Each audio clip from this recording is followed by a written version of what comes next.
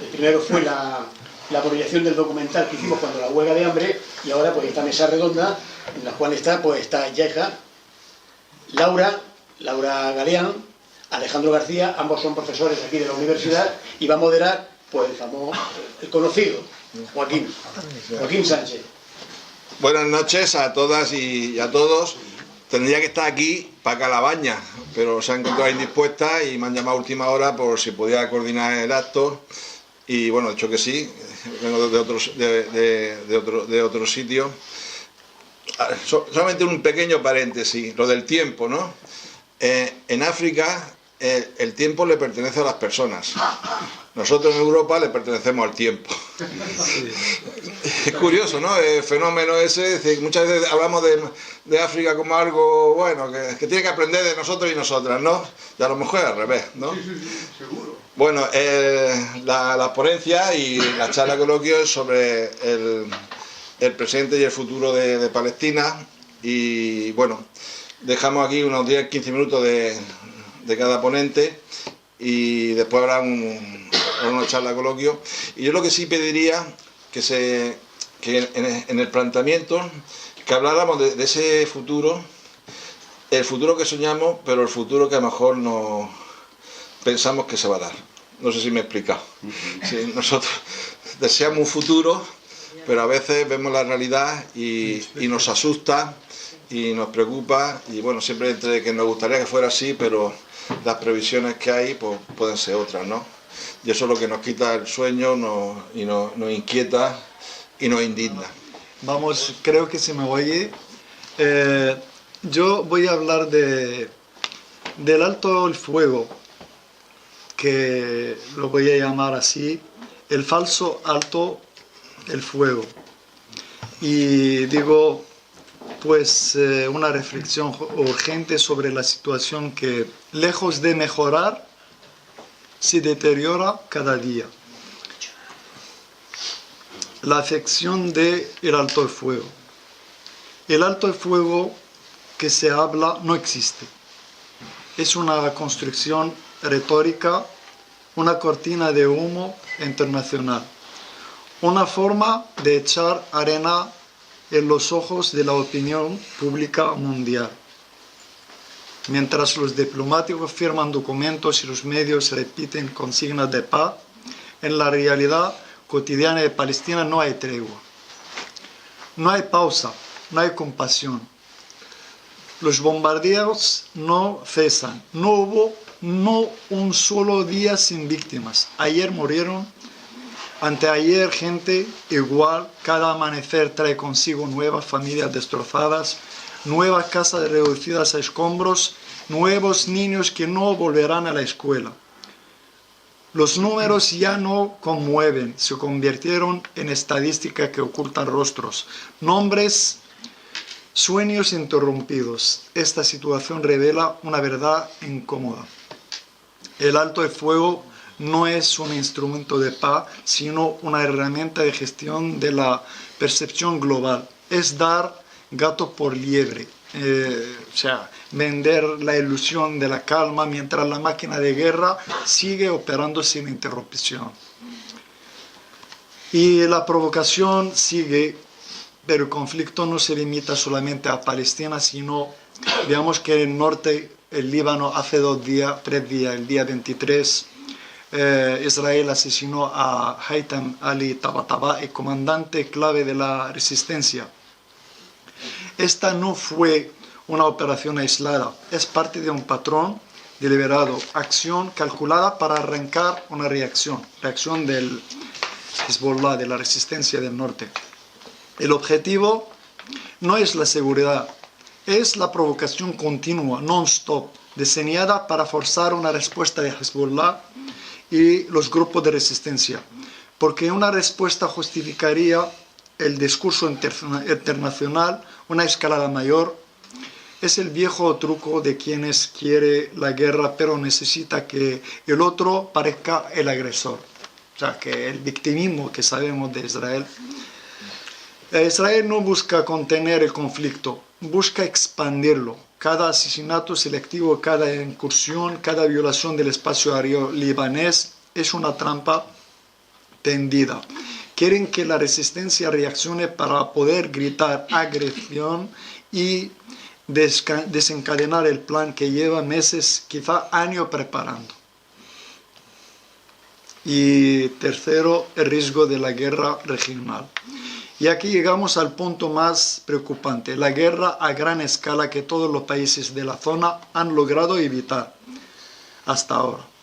Esta contención no es producto de la moderación israelí, ni mucho menos, sino la sabiduría y la paciencia estratégica de Irán, de los países árabes, de todos aquellos que entienden que una guerra regional sería un cataclismo.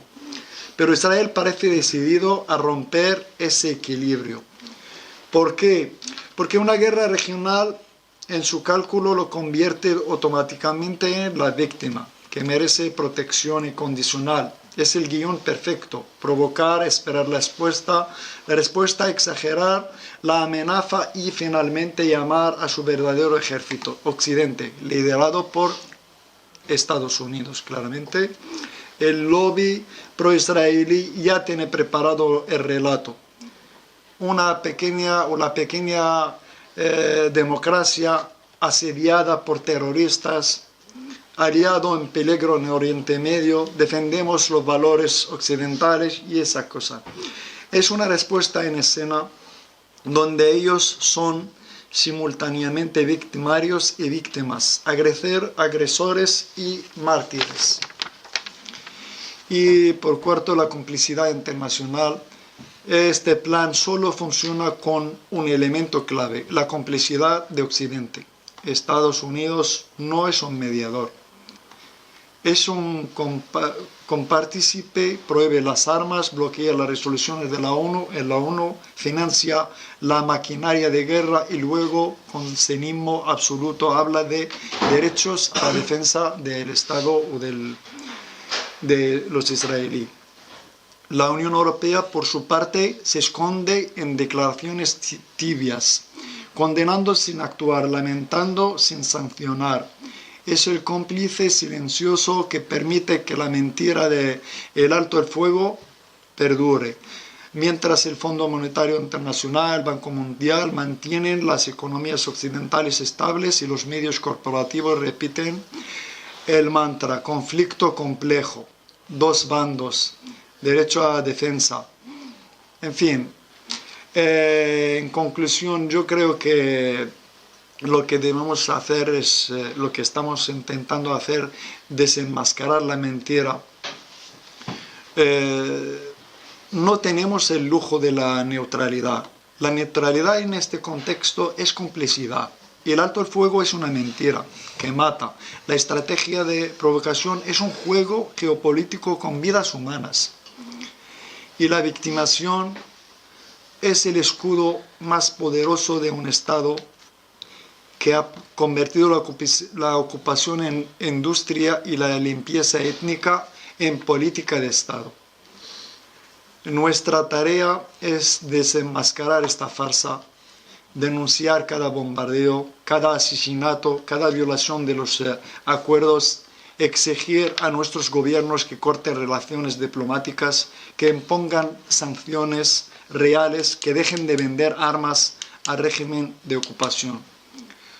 La resistencia palestina no es terrorismo. Eso siempre lo hemos dicho y vamos a repetirlo tantas veces que se pueda, que la resistencia es un derecho. Y sin la resistencia y la resistencia armada no se puede liberar al pueblo palestino, porque bombardeos contra gestos, acuerdos diplomáticos y todo, no, y con esta gente no funciona, mucho menos. Entonces, y la resistencia libanesa también no es una agresión, sino una respuesta a la ocupación del sur del Líbano, de sus tierras.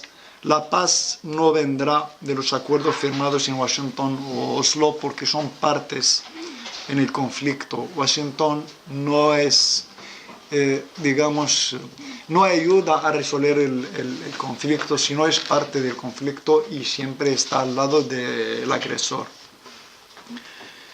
Y esconderse detrás de los derechos de de la respuesta de defensa del Estado de Israel, pues sabemos que es una farsa y se acabará y se está acabando. Y vemos el cambio, sobre todo después del 7 de octubre, que la escena ha cambiado muchísimo. Israel ya no tiene tanto no es ese enigma que la gente no sabía, que a lo mejor los terroristas islámicos se están agrediendo, que ahora creo, ha hablado Joaquín, que del futuro que deseamos y el futuro que es real. Bueno, entre desear y lo real, creo que a veces se puede imaginar, digamos, en paralelo, sí, lo real va con lo que deseamos. Siempre, si lo deseamos fuertemente, sí que creo yo, si creemos en ello también se puede realizar. Y lo estamos viendo. Yo soy optimista, me gusta ser optimista. Yo creo que, lo he dicho la semana pasada en otro acto, que viendo la historia sobre todo siempre doy la historia del caso de Argelia, porque como saben, yo también me han dicho, soy parte argelino, aparte de mi padre. 130 años de ocupación de Francia a Argelia.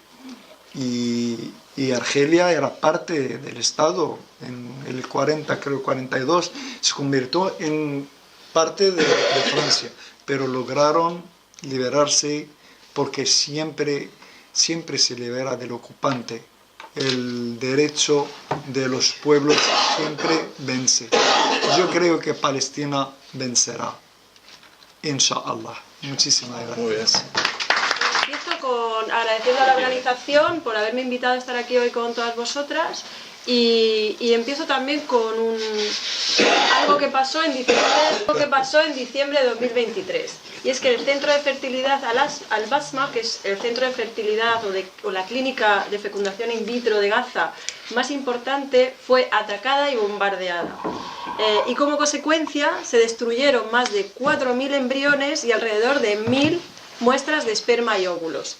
Y esto que estoy diciendo, que parece totalmente anecdótico en un contexto de 2 años de genocidio, de asesinatos en masa y de todas las atrocidades y crímenes que hemos estado viendo durante estos 2 años, sin embargo, es sintomático. ¿Sintomático de qué? De una lógica, que es la lógica de eliminar o, sobre todo, imposibilitar las condiciones de vida en Palestina.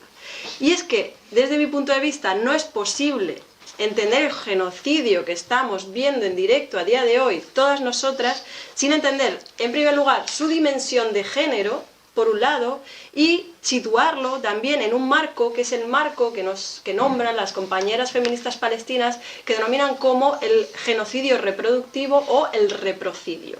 Y es estas dos perspectivas las que quiero traer hoy a la mesa. En primer lugar, porque hablo desde un conocimiento situado como mujer, blanca, europea, etcétera, etcétera, pero bueno. Y en segundo lugar, porque ayer precisamente fue el 25 de noviembre, que es el Día Internacional de la Eliminación de la Violencia contra la Mujer. Y en tercer lugar, porque justo el genocidio, el 7 de octubre, bueno, del 2023, ha acompañado mi propio proceso de maternidad. Mi embarazo, mi parto, mi posparto y mi maternidad.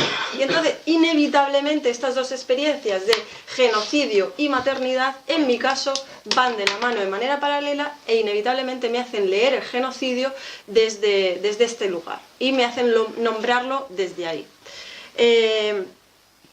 Para empezar, creo que es fundamental entender un concepto que es el concepto de justicia reproductiva, que es un concepto que acuñan las feministas africanas en los años 90 con la idea de asegurar que todas las personas pueden tomar decisiones sobre su salud, su reproducción en un entorno libre de opresión. Se logra cuando todas las personas tienen el poder, los recursos económicos, sociales y políticos para tomar sus propias decisiones sobre su cuerpo, su salud, su sexualidad, su posibilidad de crear familias de distinta clase y su propia reproducción. De esta manera, entendiendo este concepto de justicia reproductiva, las compañeras feministas palestinas han dado forma al concepto de genocidio reproductivo. Y para las compañeras palestinas, el genocidio reproductivo se refiere a, y abro comillas, las políticas, los discursos, las prácticas que delimitan, restringen, atacan o disminuyen las capacidades vitales, las decisiones, el acceso a la salud a corto y a largo plazo y las posibilidades de vida de las comunidades vulnerables a causa de la violencia militar sistemática, la ocupación, el asedio y el colonialismo de asentamiento. Por lo tanto, digamos, hay una serie y un espectro grande de crímenes que están dando lugar a día de hoy en Franja, pero no nos olvidemos tampoco de Cisjordania y de la Palestina del 48, que lo que hace es que genera unas condiciones radicales de inhabitabilidad y que digamos, la lógica última del sionismo es la de imposibilitar la vida palestina en Palestina, ya sea en los territorios del 48, como he dicho antes, en Cisjordania o en Gaza. No se trata simplemente de asesinar o matar en el presente, y es el nombre que da título a esta mesa, sino de impedir que nazcan generaciones futuras. Es un ataque doble, al presente y al futuro, sin olvidar que es necesario también hacer un borrado del pasado, que es lo que hace también Israel constantemente con esa idea de memoricidio, que también podemos hablar largo y tendido sobre ella. Uno de los dispositivos históricos que ha sido ampliamente documentado en procesos de colonización y en conflictos es la violencia sexual o la violencia sexual colonial en este caso. Es una estrategia que se emplea por distintos gobiernos israelíes, tanto laboristas como de derechas. Es decir, no es patrimonio exclusivamente de un gobierno actual de ultraderecha radicalizado del que hablamos de Netanyahu, no. Es una práctica que trasciende cualquier coyuntura partidaria. La lógica es que más allá de quien presida la Knesset, Israel sostiene o se sostiene como un proyecto colonial que se articula desde un nacionalismo de corte europeo decimonónico. En consecuencia, ¿qué hace? Reproduce los discursos y las herramientas políticas y militares de ese colonialismo europeo tan conocido por nosotras, aplicado históricamente al sur global en los siglos XIX y XX, pero no solo en el sur global, también en sus propios territorios, según la categoría de los ciudadanos. Por lo tanto, la violencia sexual en este caso, en un contexto de colonización, como señala la compañera Carolina Braco de la Universidad de Buenos Aires, que ha estado hace poco aquí dando también charlas sobre este tema y desde esta perspectiva, cito textualmente, no aparece como un daño colateral, sino como una tecnología política del colonialismo.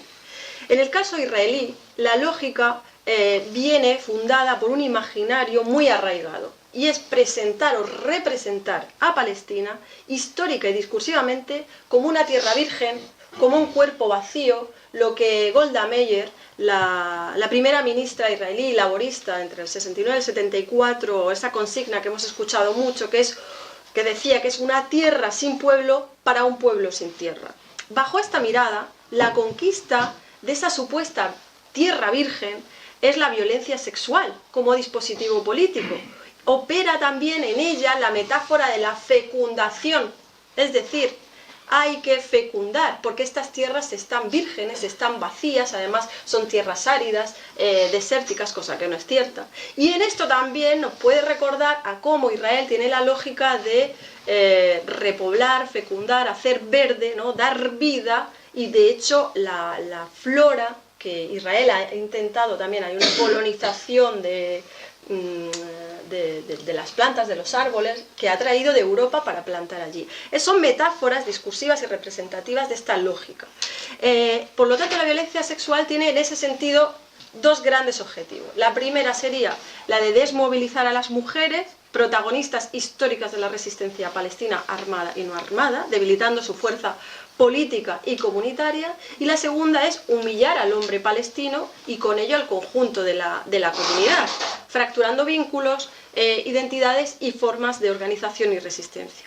De hecho, yo creo que ya conocéis, todas las que estáis aquí, el caso de ese vídeo que se ha filtrado de una violación grupal a un preso palestino en 2024, que ahora ha resultado que esa filtración ha sido de la propia jurista del ejército, ¿no?, de Israel, y los victimarios precisamente resulta que están libres y que son tratados de alguna manera casi como héroes de guerra.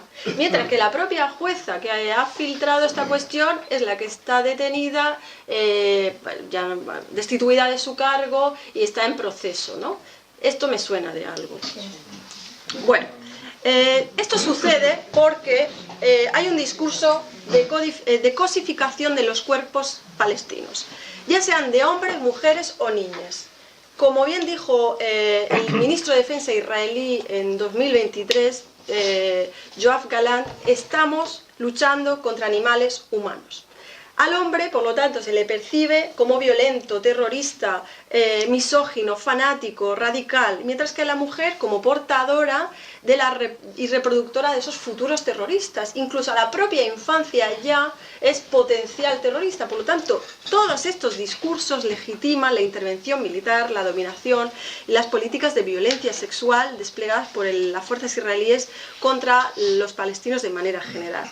Y es que estos mecanismos discursivos no son una novedad histórica y Israel no se ha inventado nada, está reproduciendo, continuando con los discursos de la colonización, y aquí recojo lo que ha dicho el compañero Yehia, y precisamente en Argelia estos discursos también operaban, los hombres colonizados se los feminizaba, mientras que a las mujeres se las victimizaba como víctimas de estos hombres bárbaros, y hay una retórica, ¿no?, de salvar a las mujeres que históricamente lo que ha hecho es operar para ocultar las propias violencias estructurales de estos estados coloniales. En el caso palestino, los cuerpos son progresivamente vaciados de toda condición política, simbólica y humana y se reducen a meros objetos de administración militar. Y por un lado, tenemos una despolitización total de las mujeres y una deshumanización extrema de todos los cuerpos, que explica en parte, porque hay muchas otras razones, el consentimiento global frente a los crímenes cometidos en Gaza. La normalización de un horror es inseparable de un régimen mediático y político que presenta la violencia como inevitable o necesaria.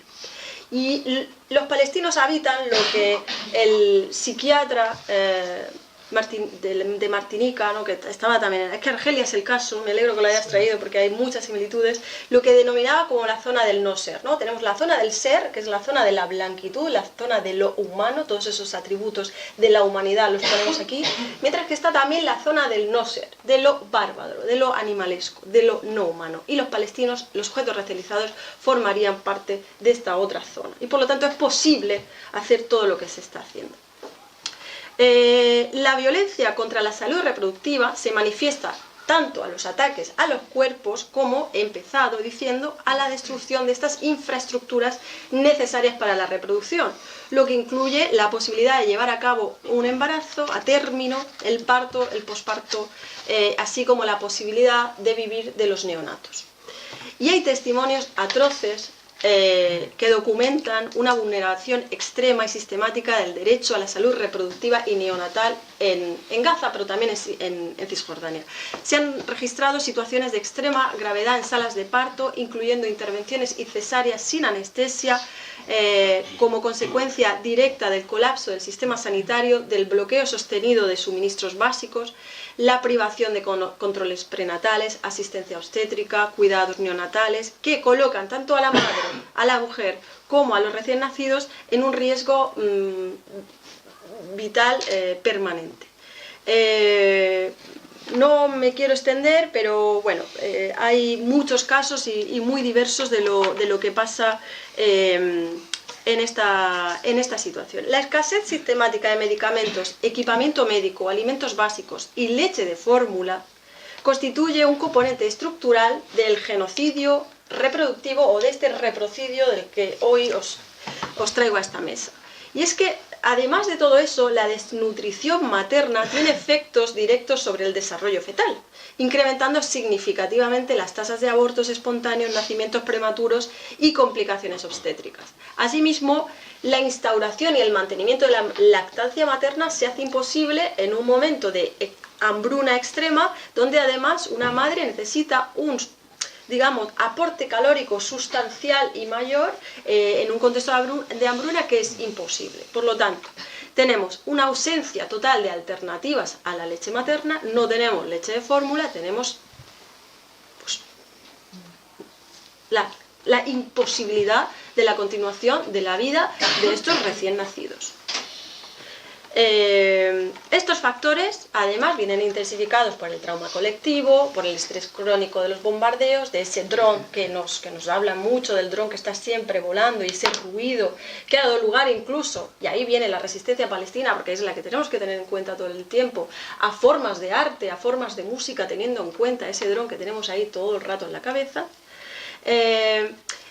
Da lugar pues, a que haya un aumento del riesgo de abortos, de partos prematuros, de bajo peso al nacer, y a todo eso hay que añadirle algo que todavía no sabemos cómo va a ser, es ese futuro del que recojo de nuevo, y es los efectos desconocidos de todas esas armas químicas y tóxicos a los que están expuestos los gazatíes y los palestinos, y que seguramente, como es el caso de Irak, van a incrementar la infertilidad, vamos a tener generaciones futuras con aumento de malformaciones, problemas genéticos, etcétera, etcétera, etcétera. Y es que la violencia colonial opera, y de nuevo repito esta idea, para destruir las condiciones de posibilidad de existencia palestina. Punto. No se puede leer de otra manera. Afecta no solo a los cuerpos, sino también a los saberes, a los vínculos, a las prácticas cotidianas que sostienen la vida. El objetivo no es únicamente un control territorial, sino la desarticulación integral de un pueblo como sujeto histórico. Y esto es lo que tenemos que tener en cuenta. Y voy concluyendo ya, prometido. Sí. Así que, ante esto, toda tarea de sostenimiento de la vida en Gaza y en Palestina por extensión es un acto de resistencia.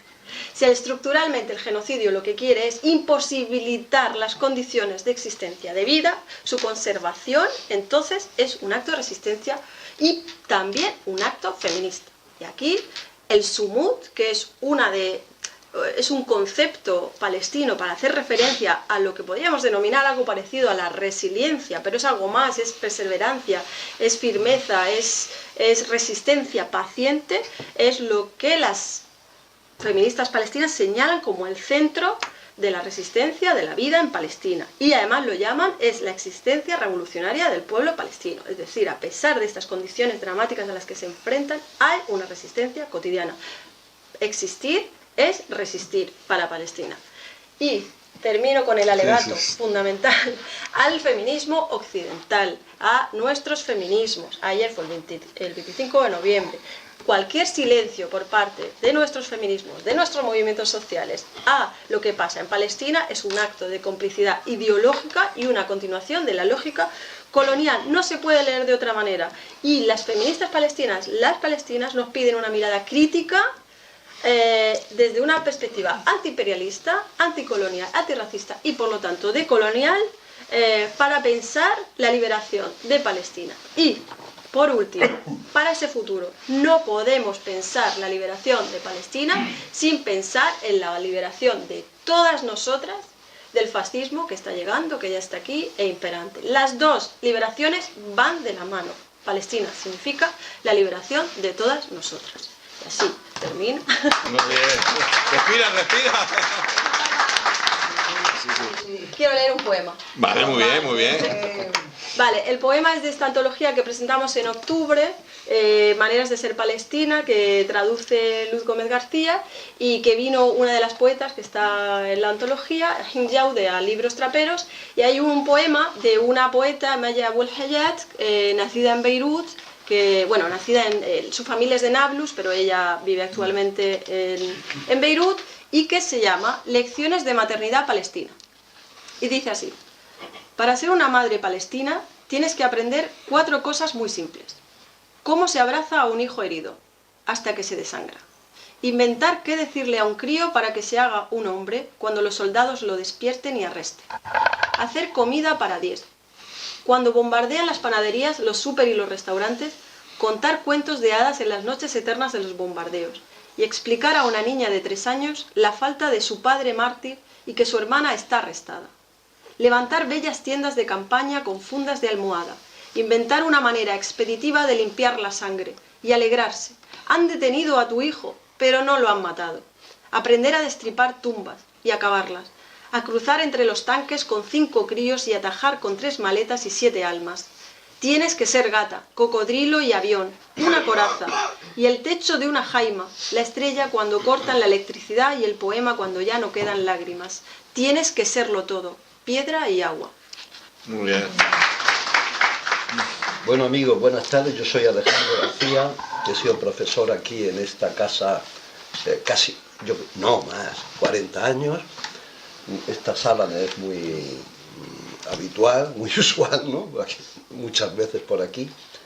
Y bueno, he oído con mucha atención las intervenciones precedentes de Yaya, un marroquí a caballo entre Marruecos y Argelia, en erupción, y que al mismo tiempo nos interpela a nosotros, espectadores.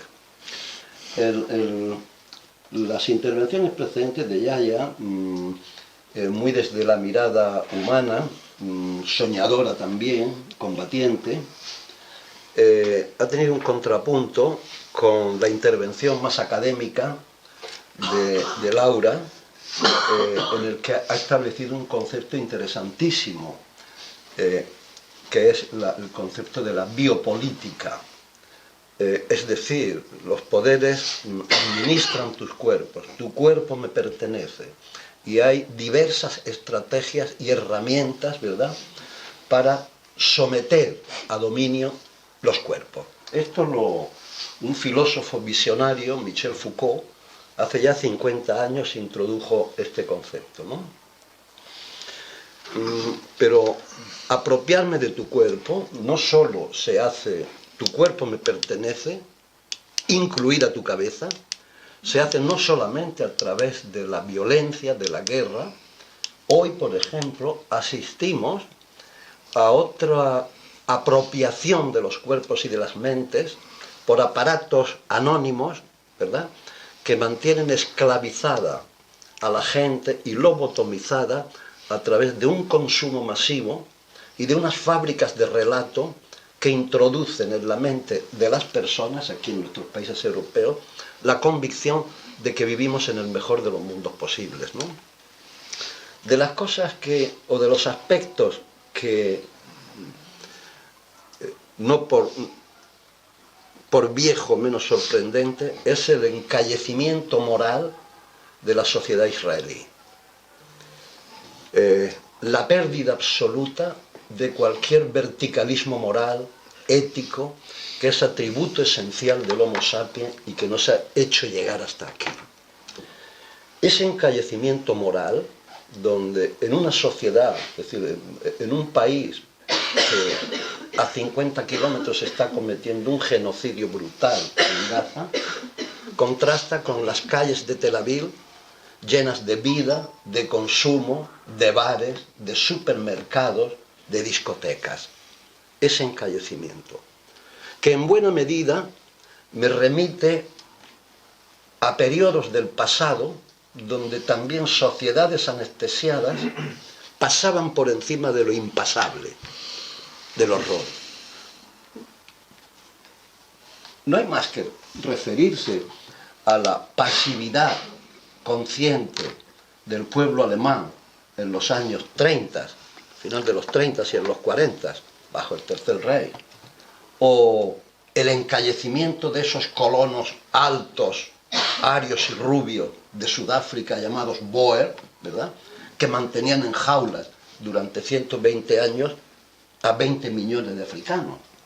O ese mismo encallecimiento que los propietarios de esclavos y las zonas esclavistas de los Estados Unidos, Virginia, Kentucky, Carolina y toda esa gente, ¿verdad?, admitía, normalizaba, sustancializaba como algo natural lo que era antinatural, ¿no? La esclavitud. En ese sentido, ese encallecimiento moral es lo que más me preocupa.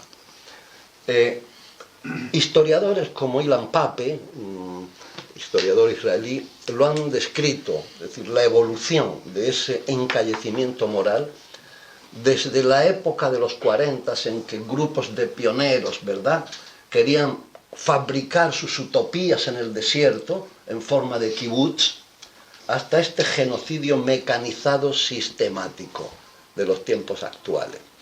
En otra mirada sobre ese encallecimiento nos la proporciona, por ejemplo, David Grossman, un grandísimo novelista israelí, taciturno, horrorizado, diríamos, por el rumbo que tomó su país, ¿verdad? Y que desde un aspecto más antropológico, más de la vida cotidiana, más de la familia, ha novelado ese proceso que ha llevado a este pueblo, ¿verdad?, a esa situación de, vuelvo e insisto en la palabra, de encallecimiento moral. También he creído notar o he observado ese tipo de encallecimiento también en nuestras tierras, en Europa.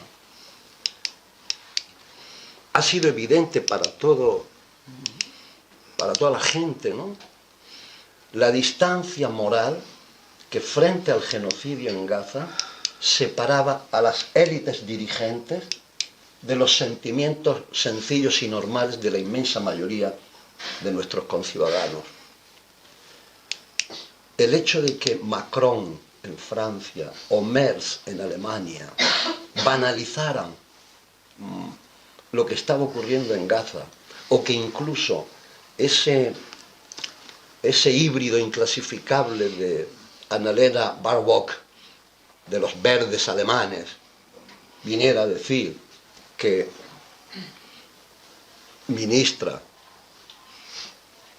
de Asuntos Exteriores del canciller Scholz en Alemania, viene de los verdes, guerrerista, que viniera a decir que los palestinos se lo habían buscado, ¿no? Lo que dijo en su momento también, o vino a decir, la presidenta de la Comunidad de Madrid, Esperanza Aguirre.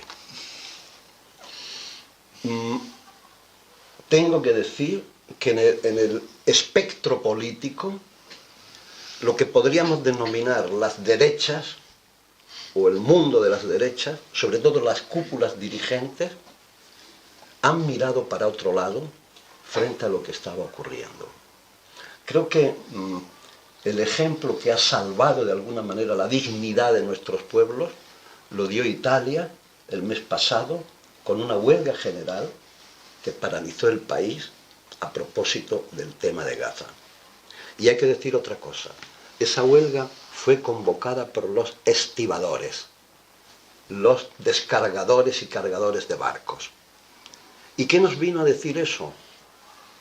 Que si en algún momento en el futuro pueda haber un sindicato que paralice el planeta, es el de los estibadores. Si paran los flujos del intercambio de mercancías, se colapsan las economías.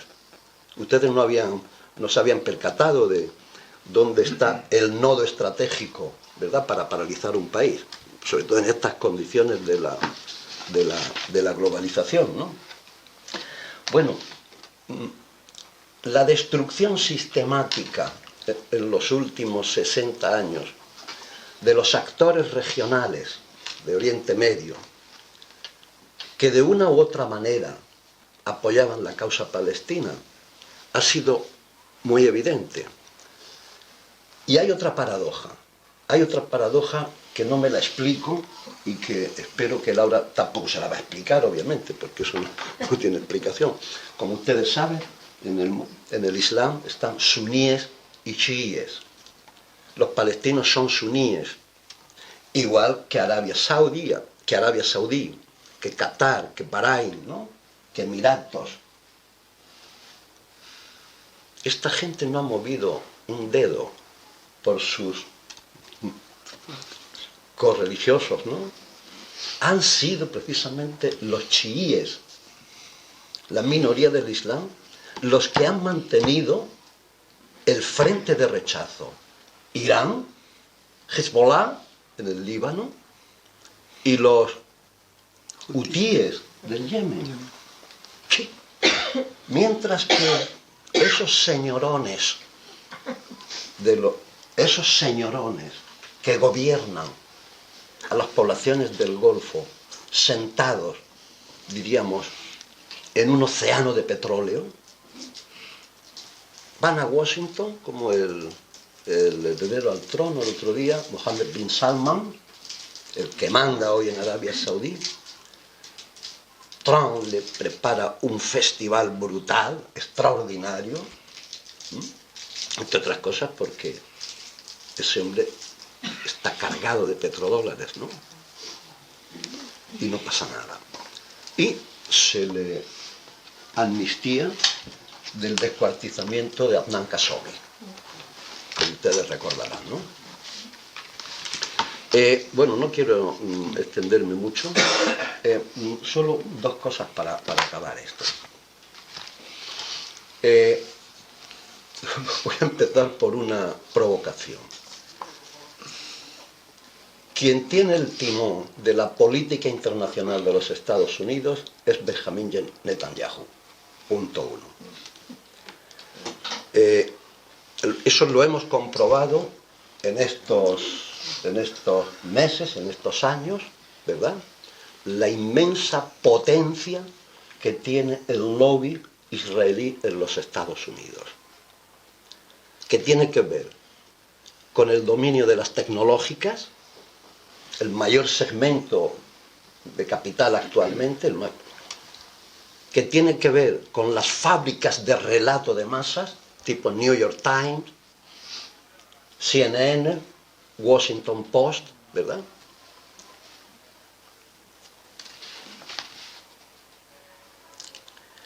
Y por esos 50 millones del Bible Belt, el cinturón de la Biblia, esos 50-60 millones de norteamericanos que viven en el oeste, en el profundo oeste, que son más sionistas, aunque sean blancos y protestantes, son más sionistas que los propios israelíes, por su interpretación escatológica de los textos bíblicos. Para deciros que Netanyahu es quien tiene el timón 2 minutos. Sí, de la política exterior de los Estados Unidos, simplemente tenéis que echar mano a la historia. Desde hace más de 50 años, los que han manejado el cotarro de las estrategias exteriores norteamericanas han sido judíos. Henry Kissinger, en el pasado, Brzezinski, con Carter, Blinken, con Biden, hace 4 años, y ahora Jared Kushner, el yerno de Trump. Esa es la historia. Y para acabar, pienso que Israel abre una etapa de incertidumbre existencial, por varias razones. Una de ellas, ya no tiene el monopolio de la fuerza en la región. Irán, hace unos meses, le dio una soberana lección. Destruyó el aeropuerto Ben Gurion en Tel Aviv y el puerto de carga de Haifa, en el Mediterráneo, con 60 misiles que dejaron a Israel temblando. Punto. Hubo una prohibición bajo pena de cárcel de que ningún periódico israelí, ninguna cadena de televisión mostrara ni una imagen de la desolación. Y por otra parte, hay una evidencia biológica. Un país de 10 millones de habitantes no puede vivir permanentemente en guerra rodeado por 300 millones de enemigos. Tarde o temprano esto se acaba. Pero es que hay algo más interesante.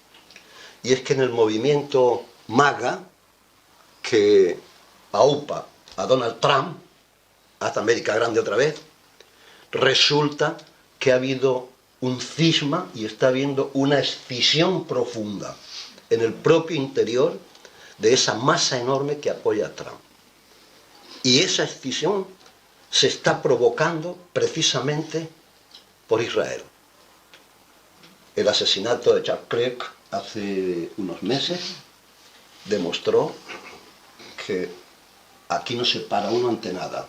Vamos a acabar las voces disidentes. De modo que, como siempre, el futuro es incierto, obviamente, pero hay ciertos datos objetivos que nos indican ciertas derivas. Lo que pasa que, claro está, los tiempos de la historia son mucho más lentos que los tiempos de una vida humana. Bueno, muchas gracias y disculpen.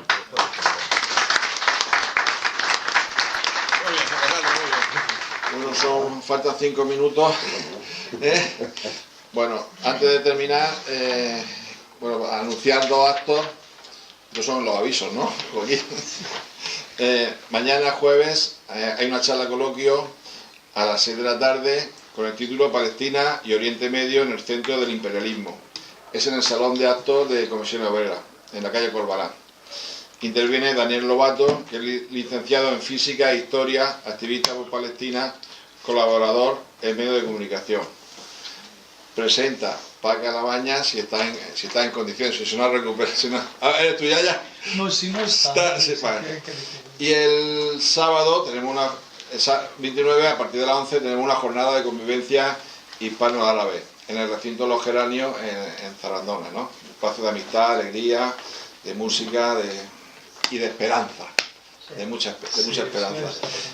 Fíjate, yo quiero terminar. Bueno, le voy a dar a Laura un poema para que nos lo lea. No, léelo tú. Oh, yo que tengo una voz fatal. No. Tú le das una viveza. Tú la has cogido, Sí. tú lo lees. Muy bien. Hay existir es resistir. Y yo también digo, resistir es existir. Yo creo que también, cambiando los verbos, creo que también es importante, decimos, existir es resistir, pero también resistir es existir. Bueno, con el poema se llama Soplaré las heridas de Gaza. Soplaré las heridas de Gaza y le cantaré para que se duerma. Le taparé los oídos para que no oiga el rugido de los aviones y de los misiles. Meteré a sus hijos en el arcón de mi corazón, lo cerraré y uniré a todos con mi cordón umbilical. Haré que Gaza se duerma. Se lo prometo, os lo prometo. Todavía no estoy loca, solo sueño.